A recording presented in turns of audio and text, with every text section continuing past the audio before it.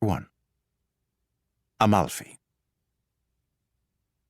It was possible, Sofia Ravello would tell the Carabinieri later that day, to spend the majority of one's waking hours in another man's home, to prepare his meals and wash his sheets and sweep his floors, and to know absolutely nothing about him. The officer from the Carabinieri, whose name was Caruso, did not take issue with her statement, for the woman who had shared his bed for the last 25 years was at times a perfect stranger to him. He also knew a bit more about the victim than he had thus far revealed to the witness. The man was a murder waiting to happen. Still, Caruso insisted on a detailed statement, which Sofia was all too happy to provide. Her day began as it always did, at the dreadful hour of 5 a.m., with the bleating of her old-fashioned digital alarm clock. Having worked late the previous evening, her employer had entertained, she had granted herself 15 minutes of additional sleep before rising from her bed.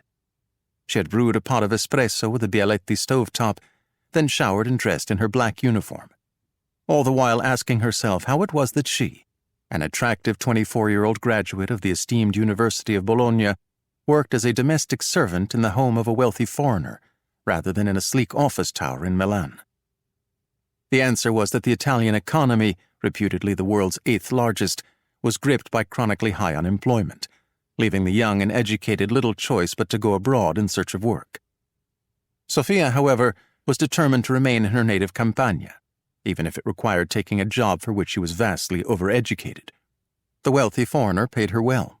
Indeed, she earned more than many of her friends from university, and the work itself was hardly backbreaking.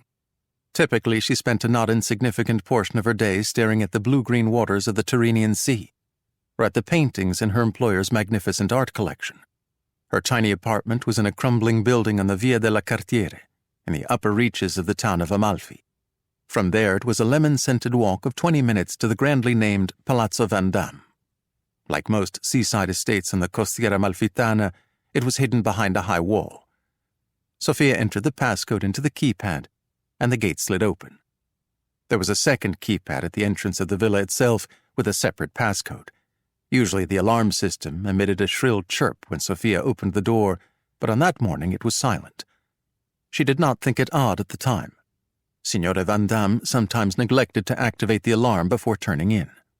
Sofia proceeded directly to the kitchen and engaged in the first task of her day, which was the preparation of Signora Van Damme's breakfast: a pot of coffee, a pitcher of steamed milk, a bowl of sugar, toasted bread with butter and strawberry preserves.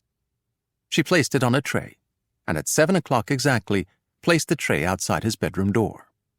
No, she explained to the Carabinieri, she did not enter the room, nor did she knock. She had made that mistake only once. Signora Van Damme was a precise man who demanded precision from his employees. Needless knocks on doors were discouraged, especially the door to his bedroom. It was just one of the many rules and edicts that he had transmitted to Sofia at the conclusion of the hour-long interrogation, conducted in his magnificent office that preceded her hiring. He had described himself as a successful businessman, which he had pronounced businessman. The palazzo, he said, served as both his primary residence and the nerve center of a global enterprise. He therefore required a smooth-functioning household, free of unnecessary noise and interruptions, as well as loyalty and discretion on the part of those who worked for him. Gossiping about his affairs or about the contents of his home was grounds for immediate dismissal. Sofia soon determined that her employer was the owner of a Bahamas-based shipping company called LVD Marine Transport, LVD being the acronym of his full name, which was Lucas Van Damme.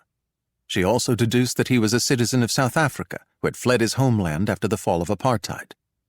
There was a daughter in London, an ex-wife in Toronto, and a Brazilian woman named Serafina who dropped in on him from time to time. Otherwise, he seemed unencumbered by human attachments. His paintings were all that mattered to him, the paintings that hung in every room and corridor in the villa. Thus the cameras and the motion detectors, and the nerve-jangling weekly test of the alarm, and the strict rules about gossip and unwanted interruptions. The sanctity of his office was of paramount concern. Sofia was permitted to enter the room only when Signora Van Damme was present, and she was never to open the door if it was closed. She had intruded on his privacy only once, through no fault of her own. It had happened 6 months earlier, when a man from South Africa was staying at the villa.